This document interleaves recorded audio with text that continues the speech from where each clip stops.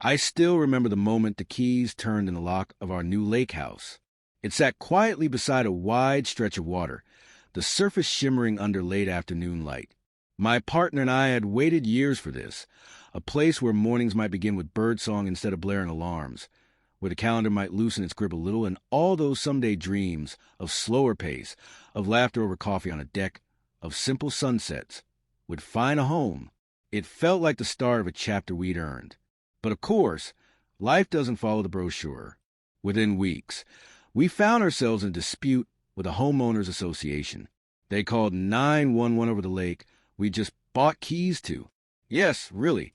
They believed they had the right to bar access. We believed and later discovered we had stronger rights under federal water law doctrine. Somehow the story became about more than a house.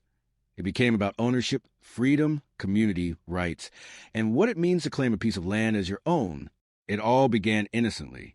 We bought the property from a couple who were downsizing, drawn to the tranquility, the water, the promise of what could be.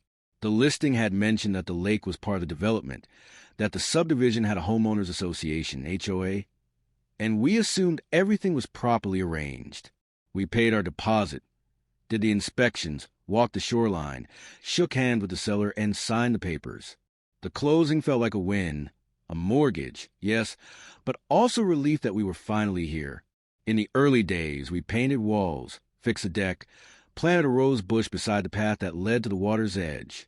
One evening, I decided to take the small paddle boat out. It was quiet. The water lapped gently. I leaned back and let the world drift away. The hum of traffic far off, the inbox waiting for me in the city, the to-do list I carried like a backpack.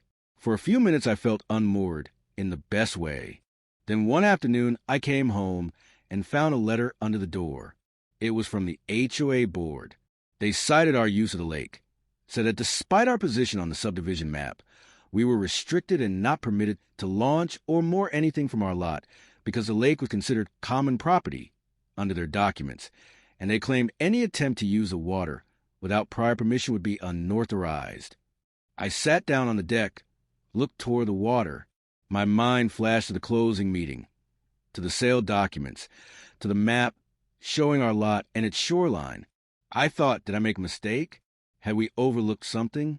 We read the homeowners association covenants and rules. We learned that many associations do claim rights over lakes and waterways.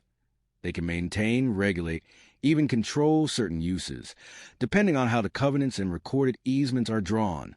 But what struck me is the more I dug, the more I discovered that the water bodies shared